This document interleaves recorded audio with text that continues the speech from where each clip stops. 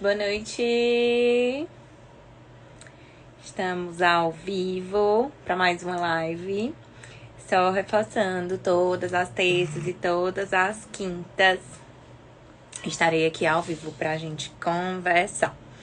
Sejam muito bem-vindos ao nosso canal, ao Desenrola Nutri. Aqui, gente, o objetivo é que eu ensine pra vocês nutrição esportiva na prática. Então, é um canal, boa noite, muito feliz com o pessoal entrando.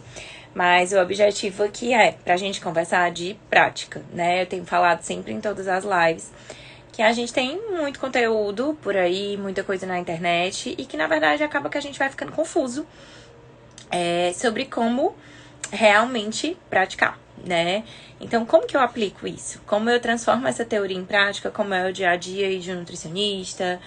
Como é que funciona mesmo a vida desse nutri esportivo, né? Então, o Desenrola Nutri, ele foi criado e pensado um perfil puramente para profissionais e estudantes de nutrição que desejam aprimorar aí os seus conhecimentos em nutrição esportiva. Então, o objetivo é nutrição esportiva na prática. E o meu projeto é com que eu possa ensinar isso para vocês, que vocês estejam experts em 3 meses. Ou seja, né, com que você consiga aí ter um amplo conhecimento científico e principalmente prático, para com que você consiga desenrolar aí o atendimento e que você consiga entregar o resultado para o paciente, que é o que a gente quer, né? Então, o Desenrola é um perfil novo, que é uma extensão do meu trabalho. Para quem não me conhece, eu sou Andressa Fontes, nutricionista esportiva. Sou formada na UES desde 2010 e desde então atuo no consultório.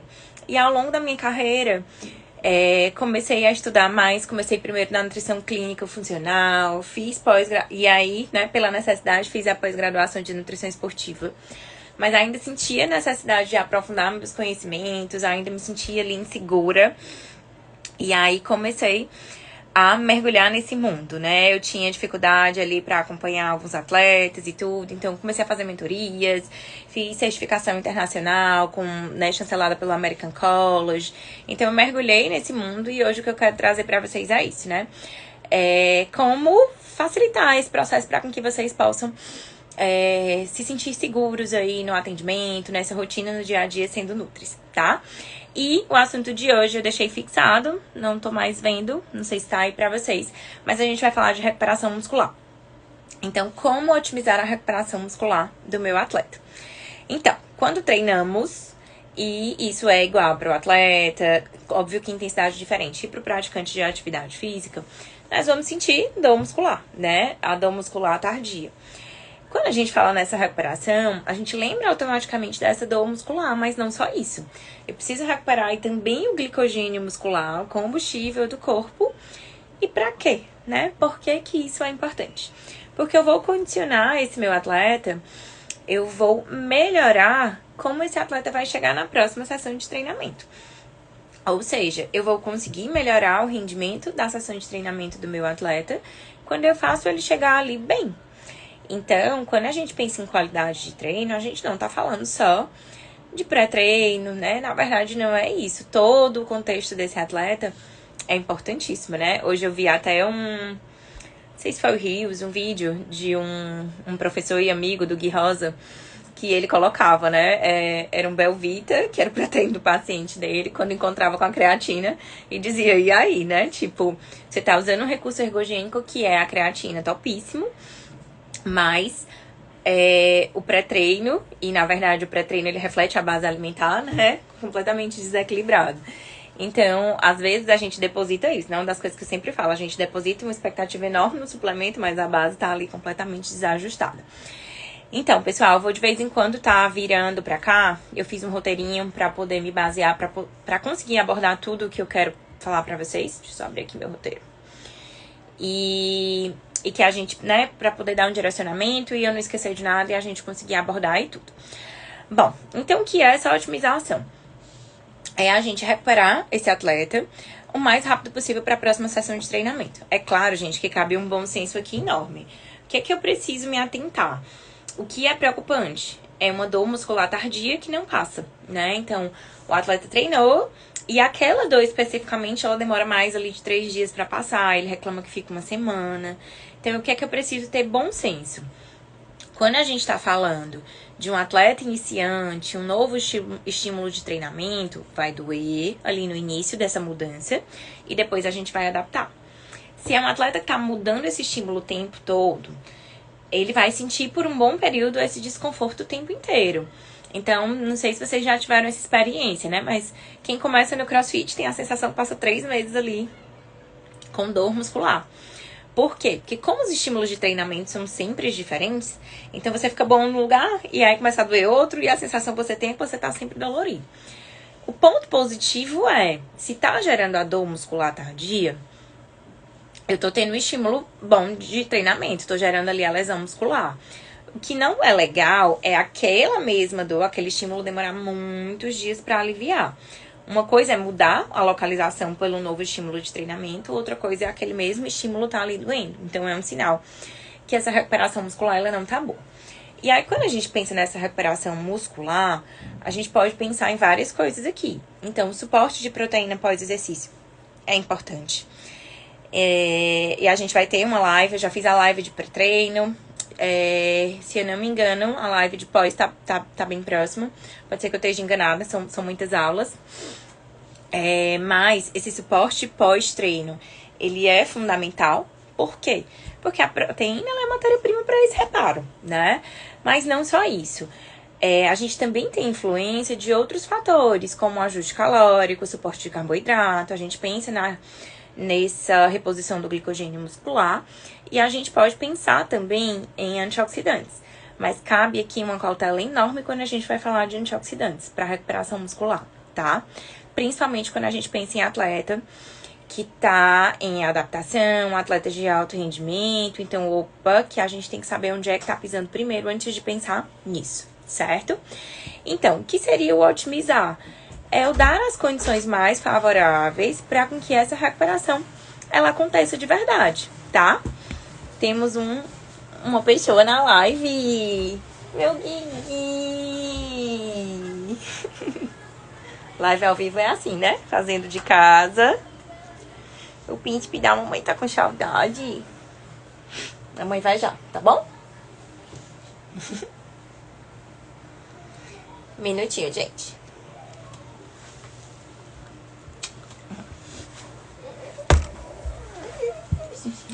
Vamos lá.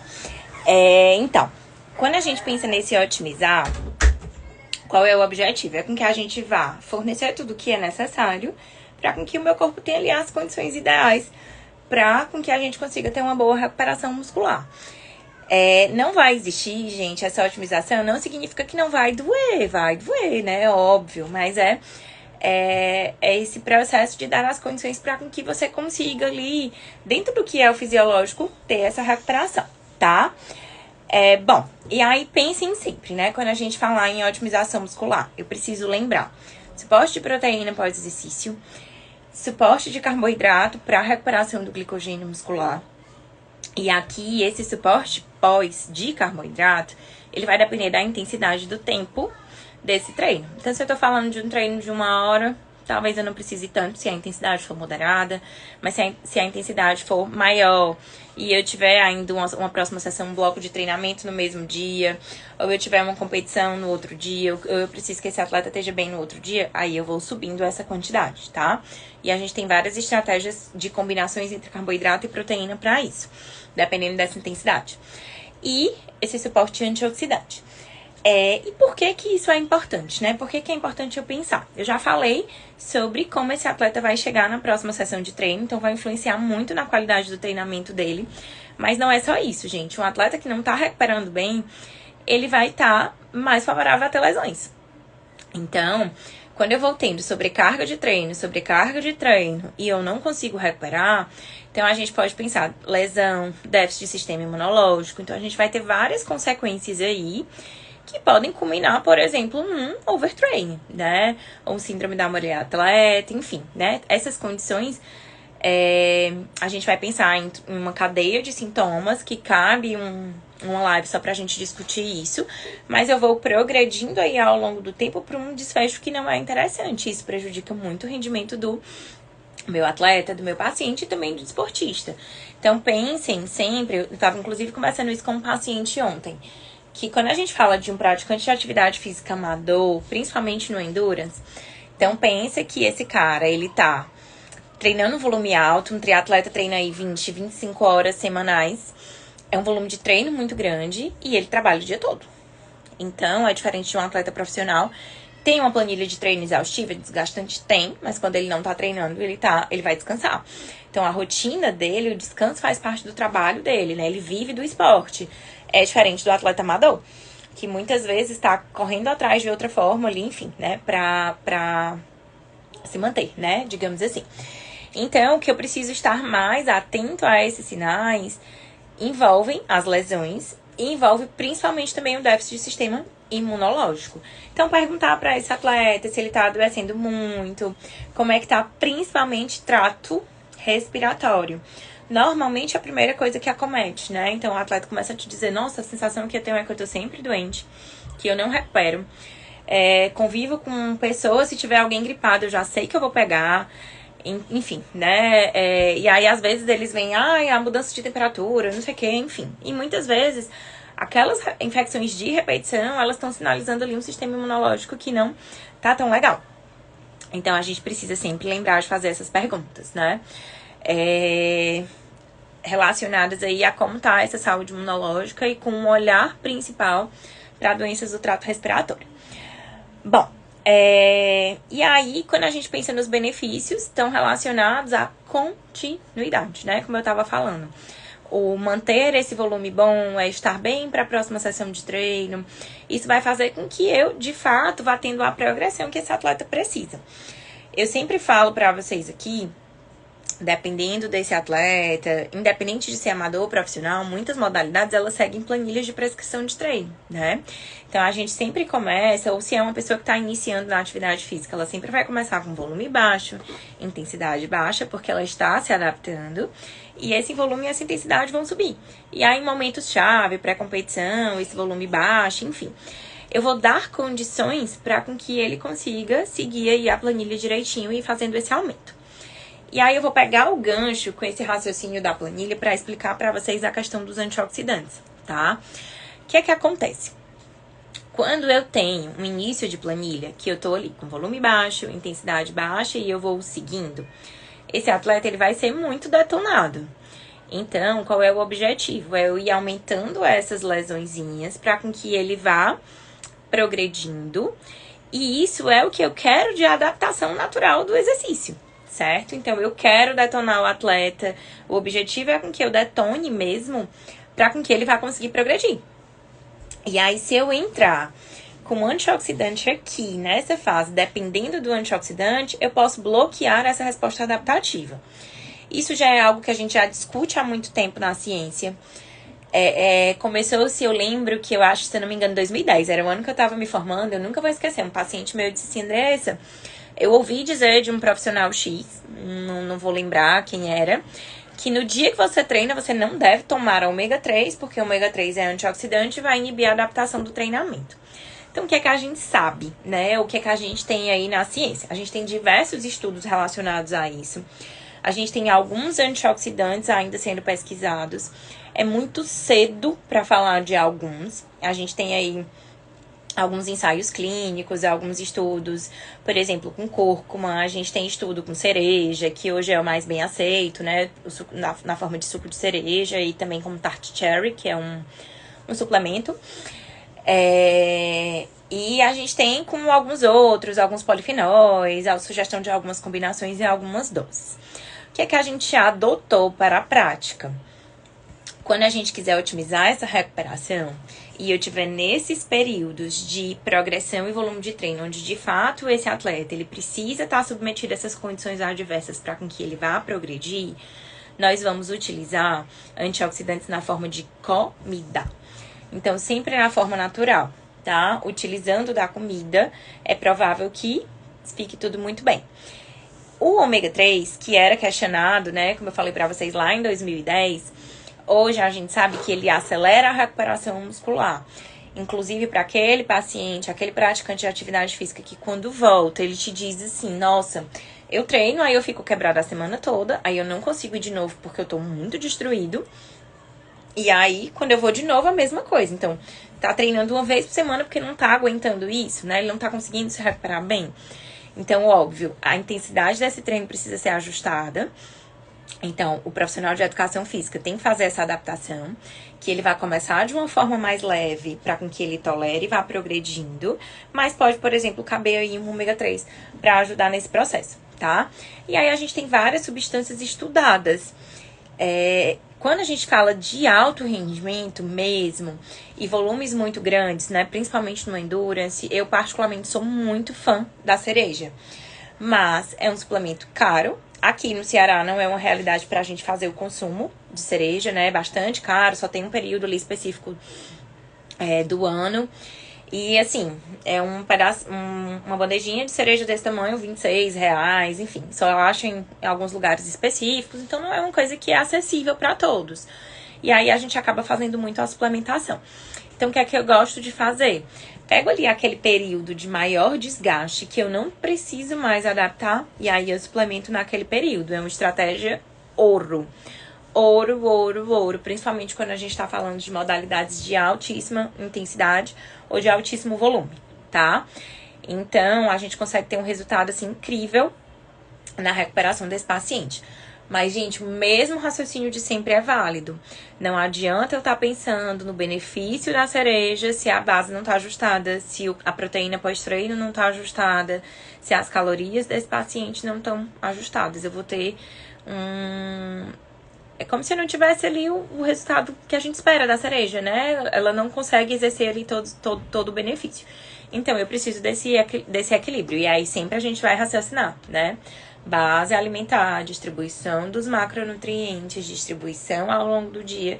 E aí, por último, a gente vai pensar nessa suplementação que ela vem casando com a estratégia ali que eu coloquei. Isso foi o que a gente conversou bastante na última live. Quem tiver perdido, os conteúdos, eles estão todos aqui no Desenrola. Então, todas as lives, terças e quintas, elas estão ficando salvas aqui no canal, para que vocês tenham acesso a esse conteúdo e vão aprender, tá? Essa história da recuperação, e principalmente desse aspecto, ele faz total diferença em atletas, né? E eu tava falando de carreira, acabei lembrando do Álvaro, né? O Álvaro é meu irmão, é lutador, inclusive a gente tá agendando uma live pra falar de nutrição esportiva nas lutas. E o que é que acontece? Se você pensar quem mais se lesiona e mais se quebra, na minha cabeça não vem outra coisa, né? Ah, André, esse jogador de futebol se quebra muito, quebra. Mas, meu povo, quem trabalha com lutador sabe que o negócio é cruel. E aí, por alguns motivos específicos que a gente vai trazer nessa live. Mas a gente tá falando de uma modalidade de muito impacto. Então, quando a gente acompanha exame bioquímico, tem live disso. A gente vê valores dos marcadores de lesão muscular neles altíssimos, né? Elevadíssimos. E no período competitivo, isso sobe bastante. Até porque é uma modalidade que precisa bater peso e de vez em quando eles fazem umas loucuras para bater peso e isso gera mais desgaste ainda. Então, assim, fundamental, né? Tem duas ocasiões. Eu me lembro sempre dos triatletas que o extrato de cereja faz esse milagre todo. Mas olha o que eu já salvei, seu Álvaro, com suplementação de cereja para poder aguentar o tranco das competições. É surreal. E nas lutas tem uma característica. Por exemplo, no caso do Álvaro, muitas vezes ele compete na categoria dele e compete o absoluto. E o campeonato acontece ao mesmo tempo. Então, às vezes, ele chega a fazer 6 lutas em um dia. Então, é um volume de alta intensidade de várias lutas, muitas vezes, né? Então, um desgaste aí alto e que a gente consegue um resultado bem legal. E PS, né? Compete no final de semana, quando é na segunda-feira, tá trabalhando. E vai dar a aula, e a aula é treinando. Então, uma intensidade aí super alta. Se a gente não atua aí, o que é que acontece quando ele volta de competição? Adoece. Então, é um fator que é extremamente importante, principalmente nesse período pós-competitivo, tá?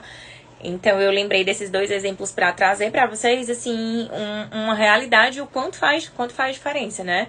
Eu até digo, se não fosse alguns suplementos, sempre no pós-competição tinha que ter ali uma semana off, porque realmente é muito intenso.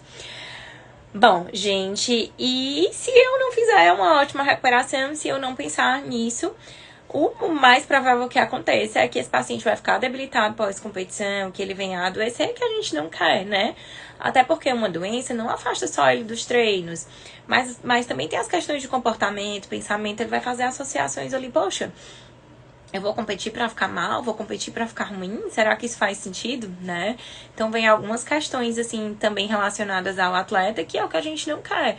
E, na verdade, ele adoeceu provavelmente por falta de suporte, por algum desequilíbrio que nós tivemos aí.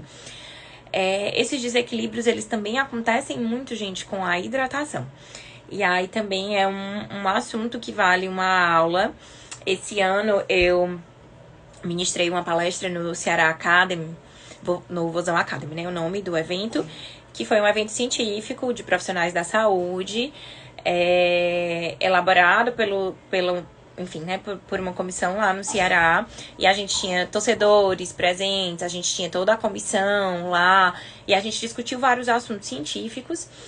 Tava lá junto com a Camilinha, que falou da parte de suplementação, e eu dei uma aula de hidratação, que, assim, faz toda a diferença. E eu não tenho como ter uma receita de bolo igual para todo mundo. Então, é um aprendizado que é super válido, que é preciso também essa individualização, tá?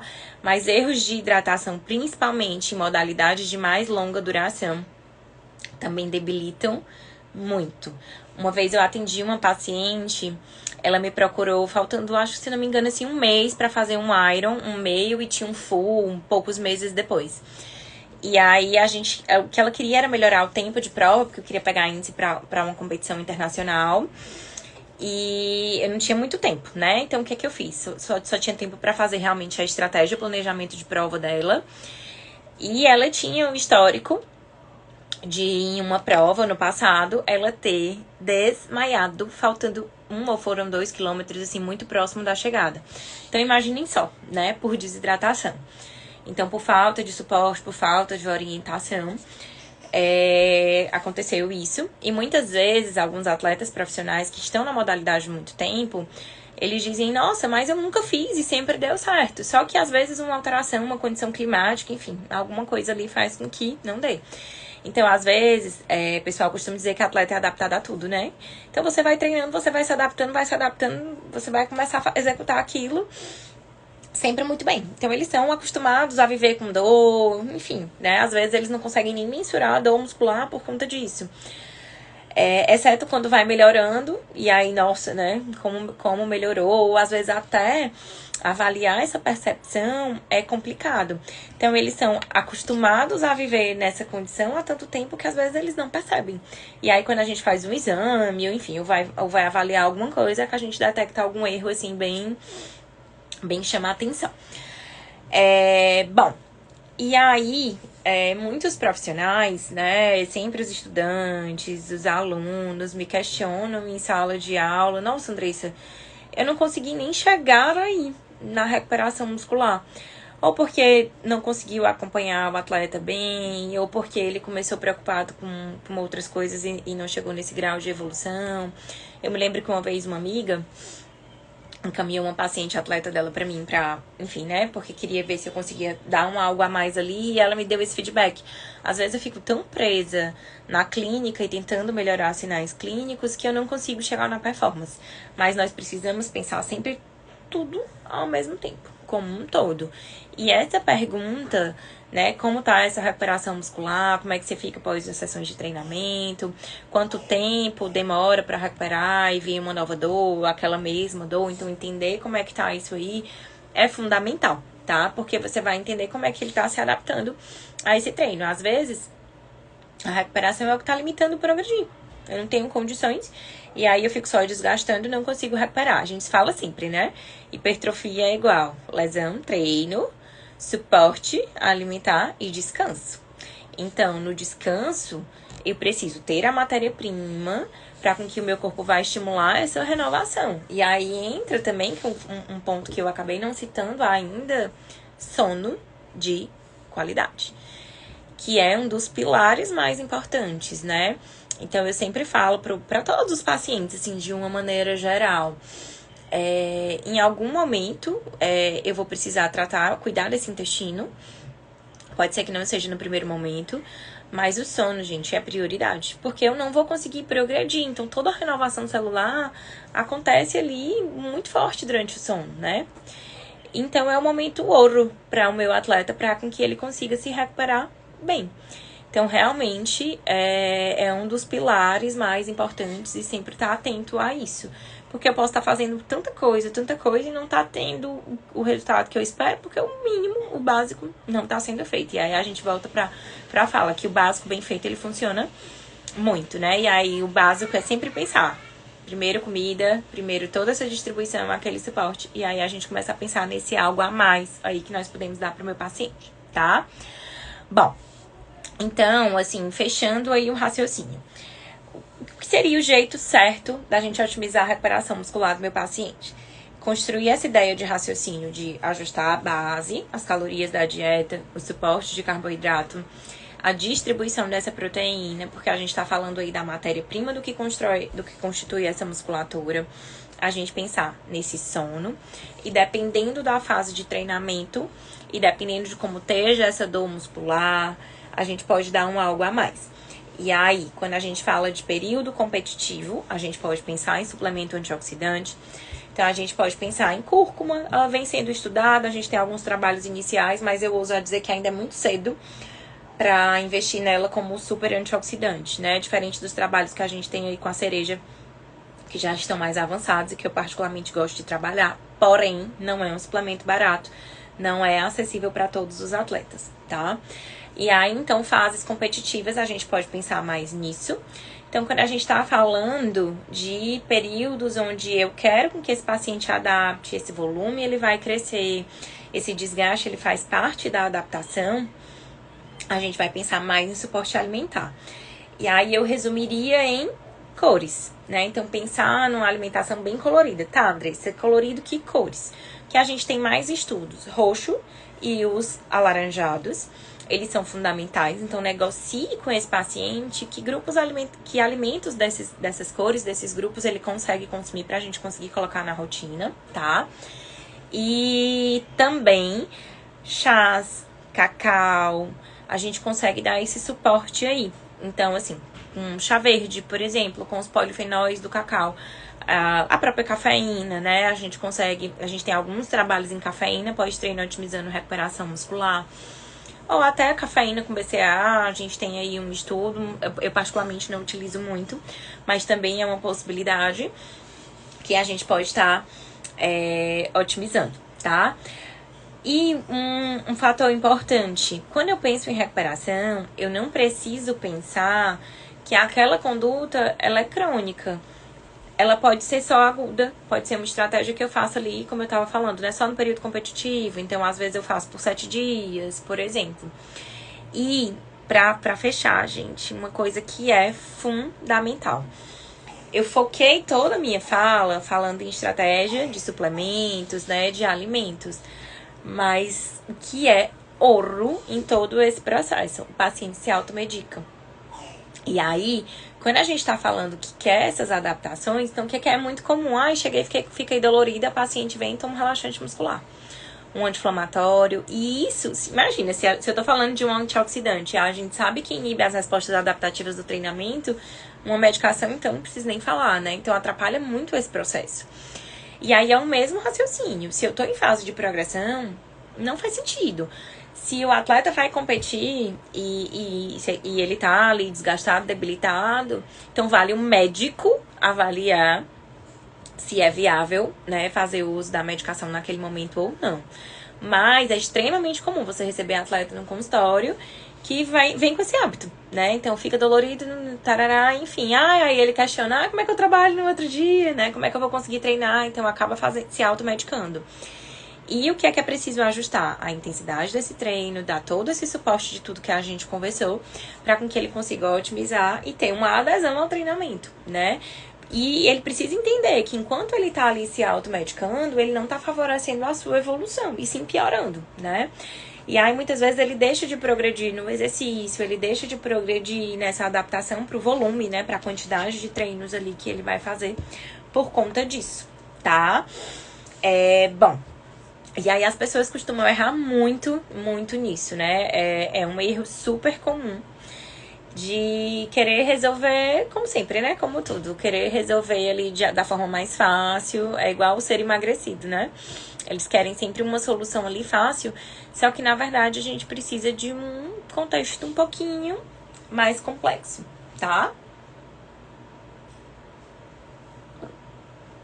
E aí, pra gente fechar aqui esse raciocínio.